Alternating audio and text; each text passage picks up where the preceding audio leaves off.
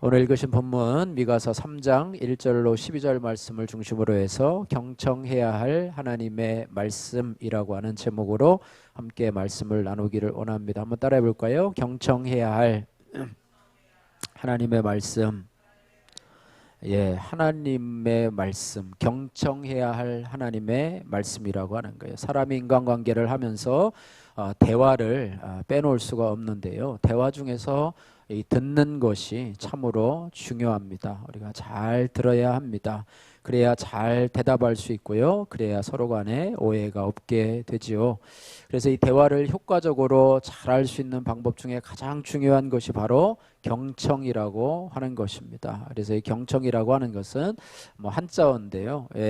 기울어질 경자에다가 들을 청자라고 해서 경청은 귀 기울여 듣다. 의자에 앉아가지고 뒤에다 등을 탁 기대고 다리 꼬고 앉아서 들으면서 대화하는 사람은 별로 없고요. 그런 자세를 기울이는 사람은 들을 마음이 별로 없는 것이죠. 보고를 받는 것이 될 수도 있겠죠. 그러나 경청은 기울여서 그 사람이 말을 하는 곳에 자세를 기울여 가지고 듣는 것, 이것을 경청이라고 하는데요. 경청의 이 정의는 뭐냐면 상대방의 말을 그저 귀로 듣기만 하는 것이 아니고요. 마음을 기울이고 그 말 속에 숨은 의미를 파악해서 들어주는 것, 이것을 경청이라고 합니다. 그래서 그렇다면 이 경청이 왜 중요할까? 왜 상대방의 말을 잘 들어야 될까?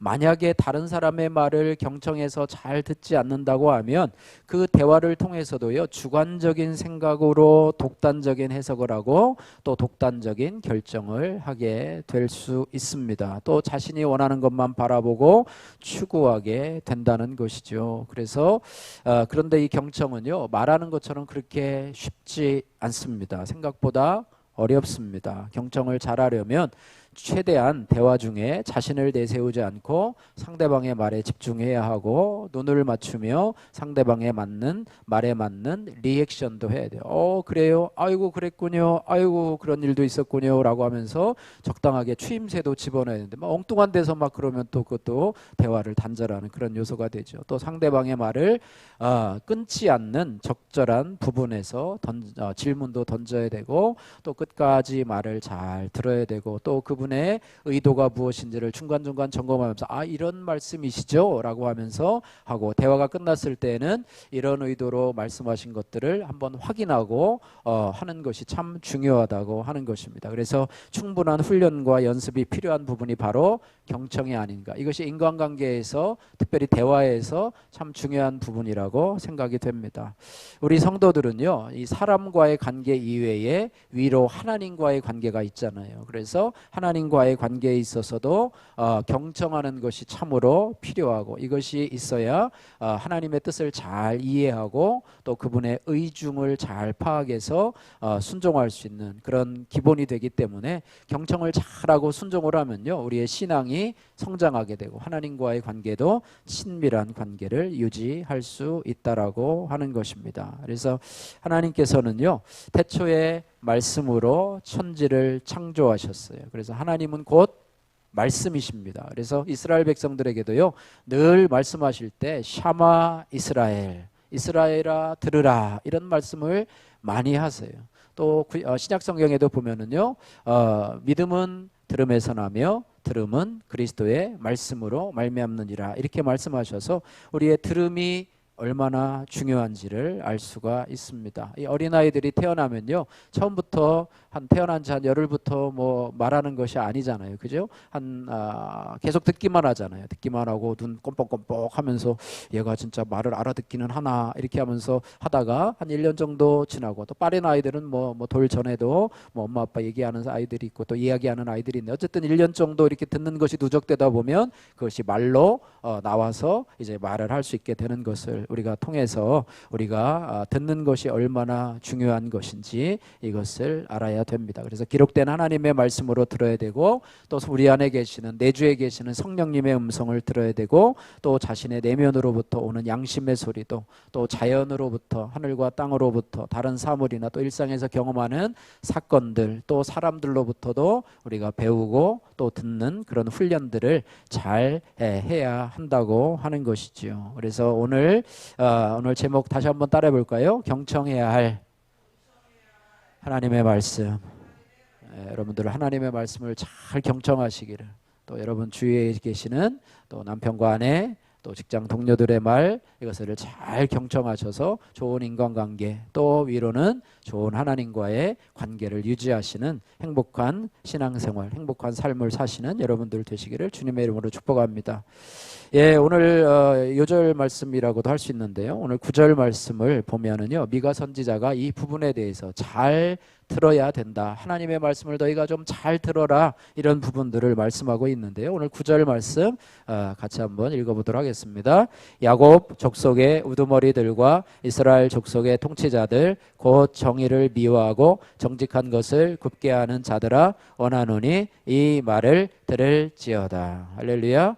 이 말을 들을지어다. 대상이 누구예요? 야곱 족속의 우두머리들과 이스라엘 족속의 통치자들, 지도자들, 너희들 이 말을 좀 잘 들으라. 너희가 어떤 자들이냐? 정의를 미워하고 정직한 것을 굽게 하는 자들아, 원하노니 이 말을 들으라. 그래서 이 말은 어떤 말이냐? 경고의 말씀이라고 하는 거예요. 하나님의 말씀은 교훈과 책망과 바르게 함과 의로 교육하기에 유익한 말씀이라고 디모데후서에서 말하고 있는데요. 오늘 들어야 할 하나님의 말씀, 경청해야 될 하나님의 말씀은 경고의 말씀이라고 하는 것입니다. 그래서 저와 여러분들도 하나님이 경고의 말씀을 줄 때가 있어요. 그죠? 장마철이라 또 장마가 이제 또 다시 시작되는 모양인데요. 장마철에는 흐르는, 그런 넘쳐 흐르는 개울물 곁에 가지 말라 그랬는데도 꼭 가서 구경하는 사람들이 있고요. 그러다가 급류에 휩쓸려 떠나가기로. 이럴 때는 등산이나 또 야영 같은 거를 가지 말라, 가서 텐트 치고 하다가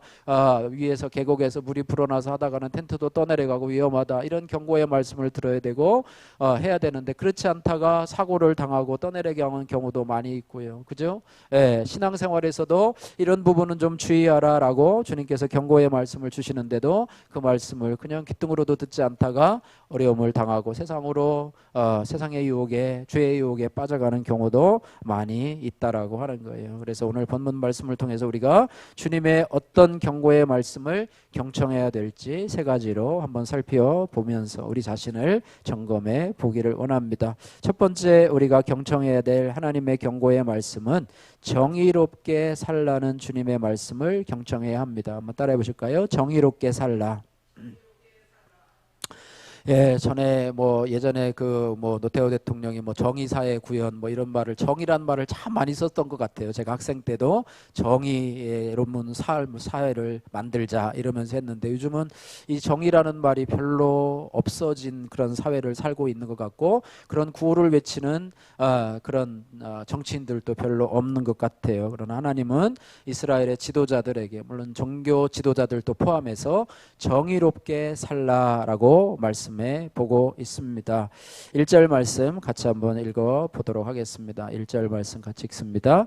내가 또 이르노니 야곱의 우두머리들과 이스라엘 족속의 통치자들아, 들으라. 정의를 아는 것이 너희의 본분이 아니냐. 예, 야곱의 우두머리들, 이스라엘 족속의 통치자들에게 경고의 말씀을 하는데, 정의를 아는 것이 너희의 본분이 아니냐. 예, 지도자들에게 하는 말입니다. 정의를 아는 것이 너희의 본분이 아니냐. 여기서 정의를 알라고 하는 것은요, 당연하게 정의를 행하는 것까지도 포함된 개념이라고 하는 거예요. 진정으로 정의를 안다면 정의를 행하는 데까지 가야 되는 것이죠. 그래서 알면 결국 행함을 위한 것이기 때문입니다. 그러나 미가 시대의 이스라엘의 통치자들은요, 정의를 알지 못했습니다. 정의를 알지 못했으니까 정의를 행하지 않고 뭐를 행했냐면 불의를 행했다고 하는 것입니다. 그 부분에 대해서 미가 선지자는 오늘 2절에서 3절 말씀에 이렇게 폭로를 하고 있습니다. 2절 3절 말씀 같이 한번 읽겠습니다. 너희가 선을 미워하고 악을 기뻐하며 내 백성의 가죽을 벗기고 그 뼈에서 살을 뜯어 그들의 살을 먹으며 그 가죽을 벗기며 그 뼈를 꺾어 다지기를 냄비와 솥 가운데에 담을 고기처럼 하는도다. 아멘. 예, 2절 3절 보면 그들의 불의가 뭐냐? 선을 미워하고 악을 기뻐하는 것이다. 그러면 정의가 무엇이냐? 선을 기뻐하고 악을 미워하는 것이 정의라고 하는 것입니다. 그러면서 그들의 이 불의에 대해서, 악을 기뻐하는 그들의 모습에 대해서 비유적으로 설명하고 있는데요. 짐승을 잡아서 그 짐승을 먹는 사람들의 모습을 아주 적나라하게 표현하고 있어요. 그래서 짐승을 처음에 잡아다가요, 가죽을 벗기고 그 뼈에서 살을 뜯어서 살을 먹고, 또 가죽을 벗겨서 뼈를 꺾어 다져다가 냄비와 솥 가운데에 담고, 그렇게 해서 이제 그 고기를 갖다가 먹지 않습니까? 요즘 뭐 봉다리 되어서 삼계탕을 끓이고 있는데, 저희도 예전에 집에 이 아버님께서 늘 이렇게 집에서 닭을 키우잖아요, 그죠? 시골에 닭을 키우면 복날이 되면 이 닭이 한 마리씩 없어지는데, 제가 잡는 현장들을 직접 목도하는 사람이에요. 그래서 닭이 돌아다니면 일단 닭을 하나 잡아요. 좀 건강한 닭을 잡아다가, 그 다음에 잡아다가 이제 목을 따지 않습니까? 목에다가 칼을 싹 탁 따면 피를 줄줄 흘려요. 그럼 그릇에다가 그 피를 뚝뚝뚝뚝 떨어지게 이제 해가지고 결국은 이제 닭이 운명을 하시지요. 그러면 그 닭을 이제 물에다가 삶잖아요. 그죠? 삶으면 이제 털까지 다 삶아요. 그 다음에 이제 삶아지면 털을 다 뽑아요. 그 다음에는 이제 배를 가르고 뭐 이렇게 내장을 꺼내고, 이렇게 해서 이제 삼계탕이 시작이 되고, 거기다 뭐 삼도 넣고 그 안에 쌀도 넣고, 너무 리얼하게 설명했나요? 그래서 점심시간이 얼마 안 됐는데, 어쨌든 그렇게 해가지고 삼계탕에 올라오니 제가 그걸 먹겠어요, 안 먹겠어요? 어떤 때는 닭의 목을 따다가 그 닭이 너무 힘이 세가지고 돌아다니세요. 그런데 목이 없이 돌아다니시는 닭을 제가 그걸 봤으니 도대체 그걸 제가 먹겠어요? 뭐 개도 마찬가지. 강아지도 어느 날 있던 강아지가 포신탕으로 돼가지고 여기 올라오는데 제가 그걸 먹겠어요? 못 먹어요. 막 껍데기도 시커먼 게 올라와 있고 기름도 떴는데, 어제까지 내가 어이구 우리 이쁜 메리라고 그랬거든요. 메리라고 그랬는데 갑자기 어느 날 상위에 올라왔는데, 아버님은 잘 드세요. 직접 했었으니까 너도 잘 드시더라고요. 그런데 저는 도저히 못 먹어서, 제가 보신탕을 먹은 때가 신방하면서 성도들이 대접을 하거든요. 근데 못 먹고 막 와서 토하기도 하고 막 그랬는데, 대접을 하니까 안 먹을 수도 없고 그러다가 이제 먹었는데, 지금도 제가 제 발로 찾아가서 먹지는 않아요. 혹시라도 목사님들 모임에 있어서 먹으면 그냥 거리끼면서도 한번 먹고, 뭐 어쨌든 그런 일이 있는데요. 어쨌든 오늘 말씀을 보니까요, 이 이스라엘의 이 지도자들이 얼마나 백성들을 이렇게 착취하고 그랬냐면, 너희들이 선을 미워하고 악을 기뻐하며 내 백성의 가죽을 벗기고 그 뼈에서 살을 뜯어서 그들의 살을 먹고 또 뼈를 꺾어 다지기를 냄비와 솥 가운데 담을 고기처럼 하는구나. 이렇게 하면서 그들의 악행, 그들의 불의에 대해서 지적하시는 그런 모습을 보게 된다라고 하는 것입니다. 그래서 우리가요, 이런 불의를 행하는 정치인들을 바라보면서 우리가 해야 될 것이 뭐냐면, 그들을 향해서 분노하고 또 그들을 향해서 이를 가는 것이 필요한 것이 아니라 그들을 위해서 불쌍히 여기고 기도해야 된다고 하는 거예요. 왜냐하면 지도층이 썩으면 그 백성들이 고생을 할 수밖에 없다라고 하는 것이죠. 그 백성들이 탈취를 당하고 또 억압을 당하고 자유를 침해당하고 또 재산을 빼앗기고 인권을 침해당하기 때문에 그렇다고 하는 거예요. 그래서 성경에서는요, 이들을 위해서 기도하라라고 하는 말씀이 정확하게 기록되어 있어요. 디모데전서 2장 1절 2절 말씀 여러분도 많이 보셨죠? 그러므로 내가 첫째로 고나노니 모든 사람을 위하여 간구와 기도와 도고와 감사를 하되 임금들과 높은 지위에 있는 모든 사람을 위하여 하라. 이는 우리가 모든 경건함과 단정함으로 고요하고 평안한 생활을 하게 하려 함이라. 이렇게 말하고 있어요. 나라의 지도자들 별 상관이 없는 것 같지만요, 우리가 이 땅을 영위하는데 참 중요한 틀을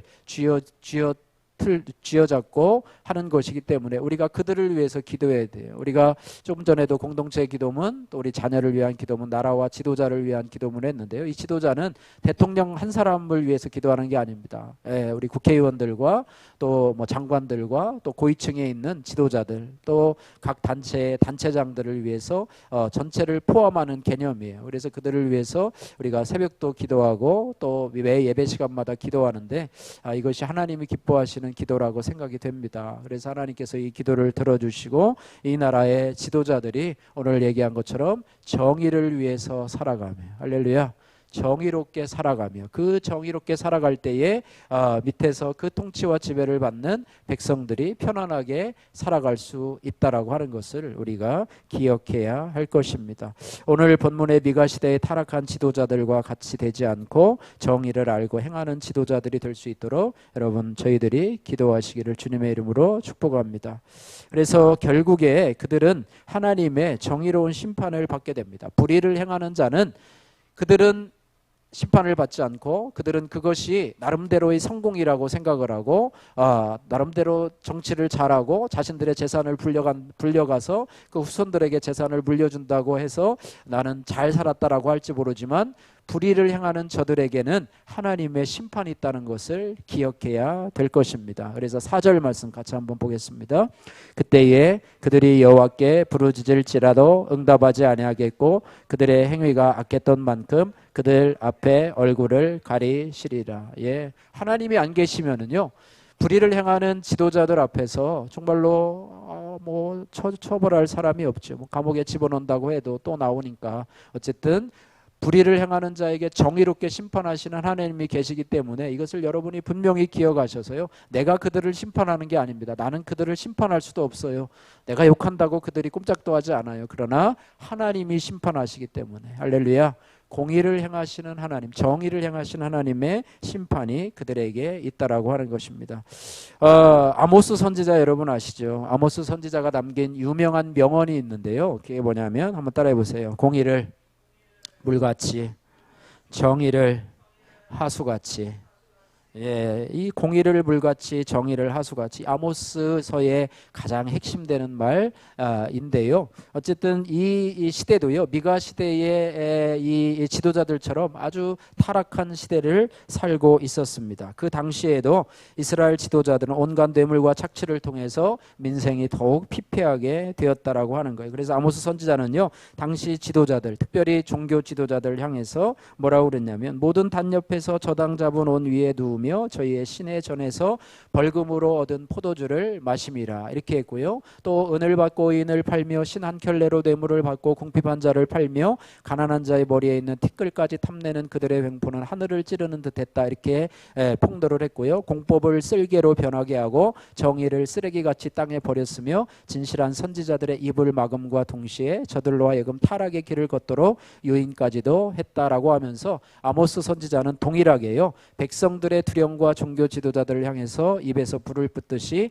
하나님의 진노의 심판이 있을 것이라 예언을 하게 됩니다. 그러면서 동시에 그들이 자신들의 불의를 버리고 죄를 버리고 주님께로 돌아올 것을 권하면서 오직 공의를 물같이 정의를 하수같이 흘릴지어다라고 권고하고 있습니다. 예, 그래서 나라에서의 정의가 바로 잡혀져야지 될 부분이고 요즘에 그 뭐 한 교사의 그런 어떤 선택을 바라보면서 또 교계에서도 또 학교 교계에서도 많은 그런 논의들이 일어나고 있고 또 그것을 바로 잡으려고 하는 시도들이 벌어지고 있는데 그런 교권 또 학생들의 인권 이것들이 동전의 양면과 같이 서로 부딪히면서 또 이렇게 했는데 좋은 방향으로 또 교권이 세워지며 또 그런 부분 그런 사고들이 다시는 없도록 이 정의가 세워지는 그런 은혜가 있기를 위해서 여러분 기도하시는 그런 은혜가 있기를 주님의 이름으로 축복합니다.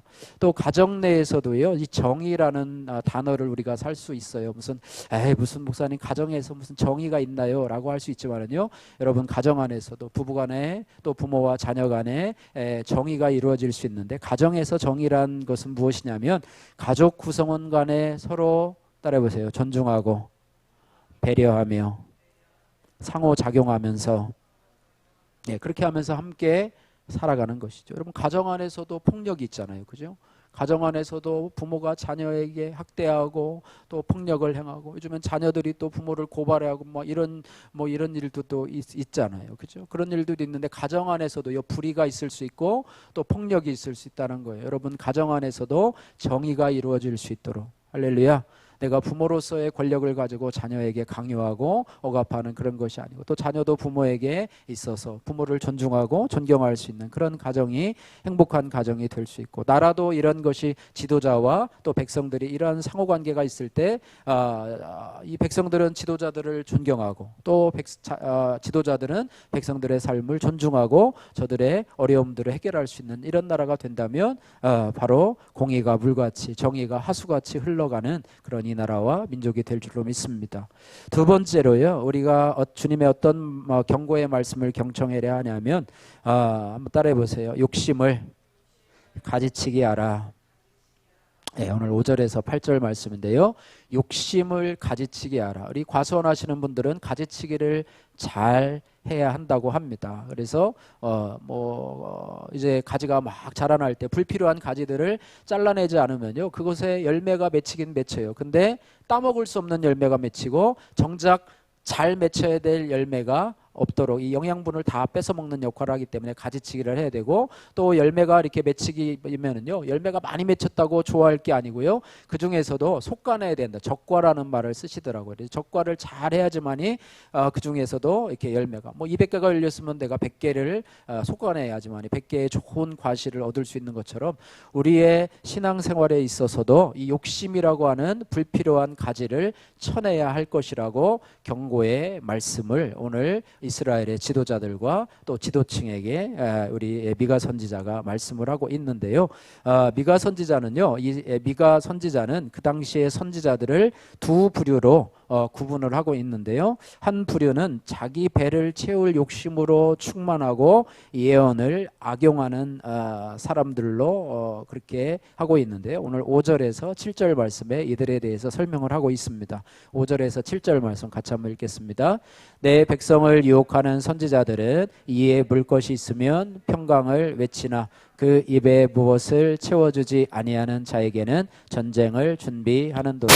이런 선지자에 대하여 여호와께서 이르시되 그러므로 너희가 밤을 만나리니 이상을 보지 못할 것이고 어둠을 만나리니 점치지 못하리라 하셨나니 이 선지자들 위에는 해가 져서 낮이 캄캄할 것이라. 선견자가 부끄러워하며 술객이 수치를 당하여 다 입술을 가릴 것은 하나님이 응답하시지 아니하심이거니와. 예, 그래서 5절에 보면 백성을 유혹하는 선지자들 한 부류, 이에 물 것이 있으면 평강을 외치지만 입에 무엇을 채워주지 아니하면 전쟁을 준비하는도다. 그런 자들에게 어떻게 해요? 밤을 만나 이상을 보지 못하고 어둠을 만나기를 점치지 못할 것이며, 이 선지자들 위에는 해가 져서 낮이 캄캄할 것이고, 또 선견자가 부끄러워하며 술객이 수치를 당하며 하나님이 응답하지 아니하실 것이라. 이렇게 말씀하고 있습니다. 이들은 결국 자기 욕심을 채우며 또 백성들에게도 욕심을 강요하는 그런 유혹하는 선지자들이고, 이들은 결국 하나님에게 응답을 받지 못하고 이상도 보지 못하는 그런 선지자가 될 것이다. 이렇게 말하고요. 다른 한 부류의 선지자는 오늘 8절 말씀에 이렇게 기록이 되어 있습니다. 8절 말씀 같이 읽습니다. 오직 나는 여호와의 영으로 말미암아 능력과 정의와 용기로 충만해져서 야곱의 허물과 이스라엘의 죄를 그들에게 보이리라. 아멘. 예, 다른 한 부류는 이 하나님의 영 성령님이 주시는 뭐로 충만하냐면 세 가지 단어를 통해서 능력 충만, 따라해보세요. 능력 충만, 정의 충만, 용기 충만. 예, 그래서 아마 자신을 얘기하는 것 같아요. 미가 선지자가 이런 식으로 행동을 했다는 것이죠. 능력이 충만, 정의로 용기로 충만해져서 야곱의 허물과 이스라엘의 죄를 그들에게 보이는 역할을 하게 되었다. 이렇게 말씀하고 있습니다. 우리도 욕심을 가지치기 해야 된다고 하는 거예요. 그래서 우리가 야고보서 1장 5절 말씀이에요. 욕심은 우리에게 열매를 맺게 하는 것이 아니고 우리를 멸망시키려는 것이죠. 그래서 야고보서 1장 15절 욕심이 잉태한즉 뭐를 낳고요?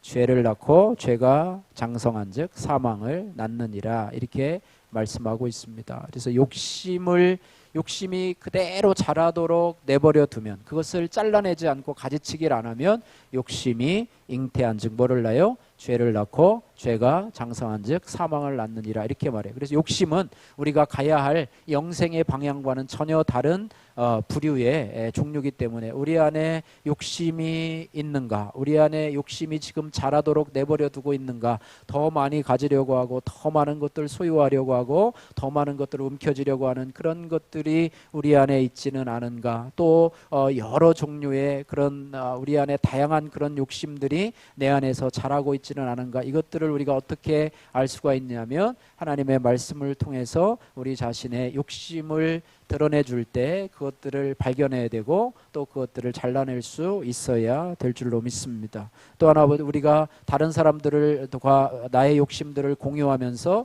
객관화 시켜볼 때, 특별히 우리 소그룹 모임들에서 여러분들의 그런 부분들을 나누어 보시면서 나 스스로는 그것이 욕심이 아니라고 생각하는 경우들도 있어요.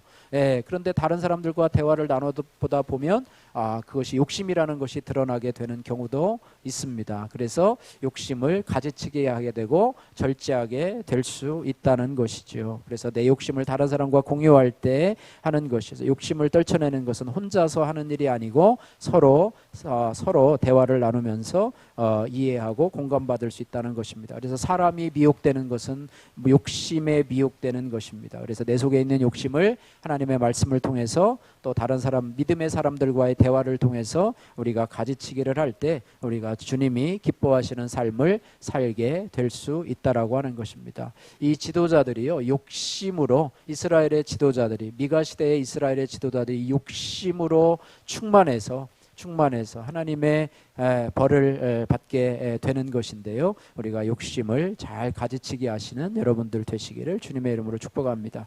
세 번째로 우리가 주님의 어떤 경고의 말씀을 경청해야 하냐면, 한번 따라해 보세요. 나 스스로 하나님을 잘 섬기고 있다는 착각을 버려야 합니다. 네, 오늘 이 지도자들을 또 그런 백성들 위해 그렇게 불의를 행하면서 또 욕심으로 살아가면서도 문제는 뭐냐면, 나는 잘하고 있다. 하나님이 나를, 그런데도 불구하고 나는 하나님을 섬기고 있기 때문에 하나님이 나를 잘 봐줄 것이다. 하나님이 나의 기도에 응답을 해주실 것이다 라고 하고 있는데, 그거는 자기 생각이고, 그래서 우리말에 그런 말이 있잖아요. 착각은 자유라는 말이 있잖아요. 그죠? 착각은 자유예요. 자유롭게 생각할 수 있어요. 그러나 그것을 판단하시는 분이 위에 계신데 바로 하나님이 판단하셔서 너는 그것이 너의 착각이야. 네가 지금 믿음 생활 잘하고 있고 신앙생활 잘하고 있다고 하는 건 그것은 너의 착각일 뿐이야. 정신 차려. 그래서 나 스스로 하나님을 잘 섬기고 있다고 하는 착각을 버리라고 하는 하나님의 경고의 말씀을 들어야 합니다. 이들이 어떻게 착각을 하고 있는지 오늘 9절에서 11절 말씀 읽어보시면서 여러분 찾아보시길 바랍니다. 같이 읽습니다. 야곱 족속의 우두머리들과 이스라엘 족속의 통치자들, 곧 정의를 미워하고 정직한 것을 굽게 하는 자들아, 원하노니 이 말을 들을지어다. 시온을 피로 예루살렘을 죄악으로 건축하는도다. 그들의 우두머리들은 뇌물을 위하여 재판하며 그들의 제사장은 삭슬 위하여 교훈하며 그들의 선지자는 돈을 위하여 점을 치면서도 여호와를 의뢰하여 이르기를 여호와께서 우리 중에 계시지 아니하냐, 재앙이 우리에게 임하지 아니하리로 하시는 도다. 아멘. 예, 그들은 어떤 사람이냐? 야곱의 족속의 우두머리들, 이스라엘 족속의 통치자들은 어떤 사람들이냐? 9절에 보니까 너희는 정의를 미워하는 자들이다. 너희는 정직한 것을 굽게 하는 자들이다. 그리고 10절에 보니까 너는 시온을 피로 건축하는 자들이고 예루살렘을 죄악으로 건축하는 자들이다. 그러면서 너희들은 어떤 사람이냐? 11절에 뇌물을 위해서 재판하는 자들이다. 또 삭슬 위하여 교훈하는 자들이다. 돈을 위하여 점을 치는 자들이다. 라고 하면서도 뭐라고 얘기를 하냐면, 여호와께서 우리 중에 계시지 아니하냐, 재앙이 우리에게 임하지 아니하리라, 이렇게 착각을 하고 있다는 것입니다. 예, 그렇게 착각을 하고 있다는 거예요. 그러면서 이들이 잘못된 것들을 돌이키라라고 말씀하고 있는데, 만약에 너희가 돌이키지 아니하면 오늘 12절과 같이 되겠다 이렇게 말씀하고 있습니다. 12절 말씀 같이 읽습니다. 이러므로 너희로 말미암아 시온은 갈아엎은 밭이 되고 예루살렘은 무더기가 되고 성전에 사는 수풀의 높은 곳이 되리라. 예, 시온이 갈아엎은 밭이 될 뻔. 갈아엎은 밭 어떻습니까? 그죠? 농사지은 분들이 농산물 가격이 올라가지 않는다고 배추밭을, 그죠? 배추밭을 막 가을에 갈아엎어요. 이거 해야 소용없다. 양파 갈아엎어요. 마늘밭을 막 갈아엎어요. 이거 팔아봤자 인건비도 안 나오고 손해가 나니까 갈아엎어버리는 이 시온이 갈아엎은 밭이 되고 예루살렘은 무더기가 되고 성전에 사는 수풀의 높은 곳이 되리라. 이렇게 말해요. 지도자들이 얼마나 중요한 위치에 있는가를 알 수가 있어요. 우리 밑에 있는 사람이 잘하는 것도 중요하지만요, 지도자들이 잘해야지만이 이 나라가 된다는, 그들이 정의를 행하지 않고 불의를 행하기 때문에 이렇게 시온산이 예루살렘이 쑥대밭이 되고 피밭이 되는 이런 부분들을 바라보면서 우리가 이 지도자들을 위해서 기도해야 될 이유를 발견하게 된다고 하는 것입니다. 저들이 온전히 서야지만이 이 나라가 바로 서고 이 나라가 쑥대밭이 되지 않는다는 것을 생각하면서 여러분이 지도자들을 위해서 기도할 때마다, 또 뉴스에서 그런 지도층들이 불의를 행하고 이런 불법들을 볼 때마다 여러분이 분노하는 것까지는 좋은데 거기서 나가셔서 여러분이 기도하시기를 주님의 이름으로 축복합니다. 우리는 심판할 자격이 없어요. 심판할 능력도 없어요. 오로지 심판하실 분은 누구세요? 하나님이신데 그 심판으로 말미암아 피해받는 사람은 백성이기 때문이고 힘없는 국민이기 때문에 이런 부분들을 위해서 우리가 더 기도하고 더 애써야 될 줄로 믿습니다. 말씀을 정리합니다. 우리는 경고의 말씀, 하나님의 말씀 중 특별히 경고의 말씀을 잘 들어야 합니다. 여러분, 요즘 여러분에게 경고하시는 하나님의 말씀은 무엇인가요? 하나님은요, 반복해서 한 번 하고 안 들으면 그 다음에 떠나가시는 분이 아니라요, 반복해서 말씀하신 하나님. 여러분, 이 경고의 말씀을 여러분 귓등으로 듣지 마시고요, 잘 들으시기를 바랍니다. 잘 들으시고 여러분 그것들을, 경고의 말씀을 왜 주시냐면요, 돌이키라고 주시는 거예요. 계속 가지 말라. 계속 가면 거기에 낭떠러지가 있고 거기에 웅덩이가 있고 거기에 너의 목숨이 위태로울 만한 어려운 환경들이 있기 때문에 돌이키라고 주시는 하나님의 말씀이시거든요. 그래서 각자에게 주시는 말씀. 여러분, 우리는 지도층이 아니잖아요. 그죠? 여러분, 지도층이신 분 없잖아요. 그죠? 어느 교회 가면 막 국회의원도 막 엄청 많고 교수들도 있고, 제가 전에 다니던 교회, 큰 교회는 막 의사가 한 40명이 있고 교수들도 있고 대학 총장도 나오시고 뭐 이런 분들이 정말로 많으셨어요. 그랬는데 우리는 그런 교회가 아니잖아요. 여러분, 지도층이 아니잖아요. 그러니까 그럼에도 불구하고 나 자신에게 주시는 하나님의 경고의 말씀을 여러분 잘 들으셔서 내가 불의하게 살고 있는 부분은 없는가, 또 내 가정에서 또 내 직장에서 그런 부분은 없는가, 내가 지금 뭐 우리가 부유한 분도 없어요. 그럼에도 불구하고 내 욕심으로 지금 살아가고 있는 부분은 없는가, 그런 것들을 가지치게 될 부분은 없는가, 뭐 이런 부분들도 생각해 보시고, 내가 지금 생활하면서 내가 신앙생활 잘한다고, 내가 세상에서 불의를 행하고 믿음 생활 잘하면서도 내가 하나님을 믿는다라고 하는 하나의 이유 때문에 나는 나는 믿음 생활 잘하고 있다고 스스로 착각하고 있는 부분은 없지 않은가. 여러분, 냉정하게 여러분을 살펴보시면서, 여러분 신앙생활 잘하고 있는 거는요, 여러분이 잘 알고 있는 게 아니라요, 여러분 주위에 있는 사람들이 잘 알아요. 안 믿는 사람들이요, 여러분 평가 다 해요. 저 사람은 진짜 예수 믿는 사람이다, 저 사람은 헐랭이야, 가짜야, 겉모습만 가지고 속은 가짜야, 이런 평가를 여러분들이 다 받는데요, 스스로 착각하지 말고 하나님 앞에 정직하게 나가시는 저와 여러분들 되시기를 주님의 이름으로 축복합니다. 그래서 이런 인간관계 속에서 특별히 하나님의 말씀에 잘 경청하시고, 또 대인관계 속에서도 여러분 상대방의 말을 잘 경청하셔서 그들을 배려하고 섬길 수 있는 그런 은혜가 있길 원하고, 하나님 앞에도 칭찬받고 또 사람에게도 인정받고 또 존경받는 저와 여러분들 되시기를 주님의 이름으로 축복합니다.